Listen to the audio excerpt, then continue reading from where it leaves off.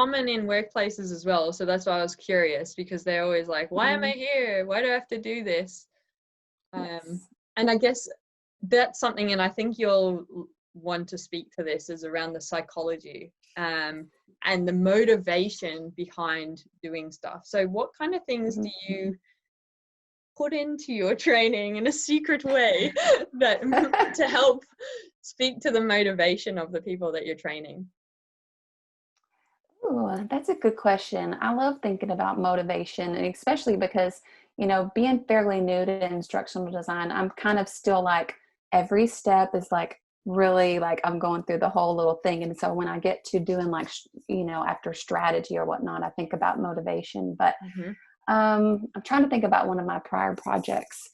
So for the first one that I did, the very first project I ever did, like official instructional design project, was a communications course for undergraduate nurses. And I don't know if you've ever heard of this, but you ever heard of SBAR format, like situation, background, assessment, recommendation?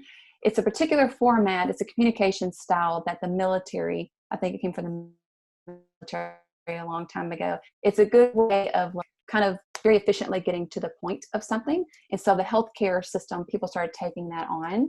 Yep. And so I made a training around that, because what was happening was I was noticing in simulation, when you have new nurses who have been nurses before, they're in training, when they're in a scenario and that becomes time to call like the doctor or whoever the care provider is, something's going on, I need to make that phone call, they were just all over the place. They would just tell you all this irrelevant information and whatnot. And so that's a big key to being a nurse, is you have to learn how to very quickly get to like what relevant details you need to have. And then do you have a recommendation, or what are you asking for? Because it gets very ugly when you call a doctor and you're just rambling on about all these things. And they're like, what do you want? Like, why are you calling me? Right. And so when I thought about that, I was like, how do I work towards like motivation? And so I would kind of think like, why would they care?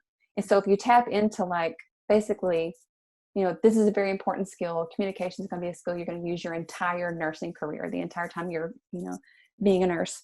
And that how it was, of course, great for patient safety, but also like thinking about not wanting to be embarrassed on the phone, not wanting to be unprepared. Because to me, that kind of taps into psychology. Because if somebody tells me like, you need to really like be efficient because it's best for your patient, sure, I care about that. But if you say that this doctor is going to chew you out if you don't get to the point, then I want to learn it. You know what I mean? Like, I don't want to get chewed out over the phone. Like, I don't want to get embarrassed. Like, I want to know how to solve this problem the best I can before I ever pick up that phone. And so that's kind of where I kind of got into that. I kind of went from that angle of like, this is going to help you be much more efficient. You know how you're really nervous when you pick up the phone and you don't know what to say? This particular format will help you very much get to the point. So we did examples. We worked through things they're probably going to see, as far as like, this one says they're allergic to this. This is the phone call you need to make to the physician. You don't need to tell them everything that you've ever known about the patient. It's not important, So that's kind of, in my mind, that's a good example of motivation to me. I love that. I like a very real approach, which not everybody's a fan of. Some people are much more formal about it, but to me, I'm like, I'm just very real about it. Like that's a more of a motivator to me, is like, I don't want to get yelled at. I want to get screamed at. I don't want to look like I don't know what I'm talking about. I want to be prepared, or whatever to me is more motivating than just telling you that, you have to use the format. Yeah.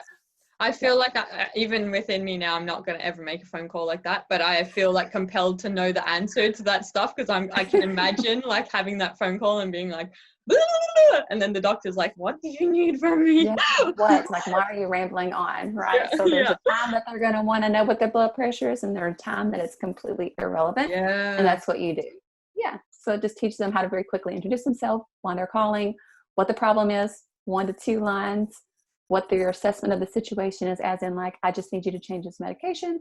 And then as they become more seasoned nurses, the recommendation is, I think we could switch them to this. Is that okay with you? Because they have to have orders before they can change medications or anything. So, and they can get those orders by phone a lot. So that's a very important skill.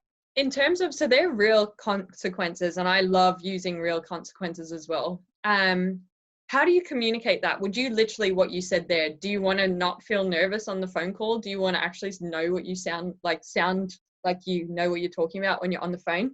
How do you communicate that to your learners? Is it you just saying that to them, or like?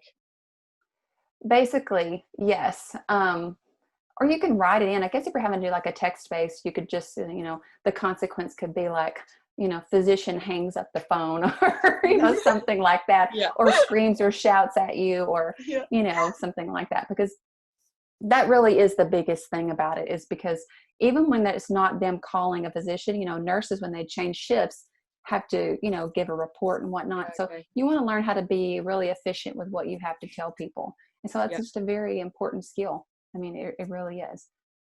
I think that would speak really well as well to how to advertise your training. So people want to do it. So it's almost like, if it's a non-mandatory thing, I'm thinking, communicating, do you ever feel like XYZ?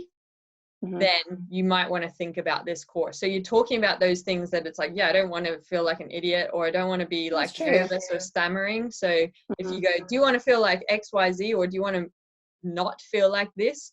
You might want to check out our communications course on blah, blah, blah, because we'll help you to XYZ. So I think that's like cool to be able to put into your messaging and your course descriptions, as opposed to the learning objectives, because like learning objectives and stuff are what we use as L&D practitioners, and we get it. But like the end user, who's our learner, who's an employee, is like, I'm a human being and I don't speak like that. What I speak about is like, I feel nervous, or I hate when this happens. Yes. So it's almost like figuring out what would they say on the phone to their friend or their colleague when they're having a negative chat and bitching about something that went wrong, or that they hate. We need to identify that language that is in our marketing of the training.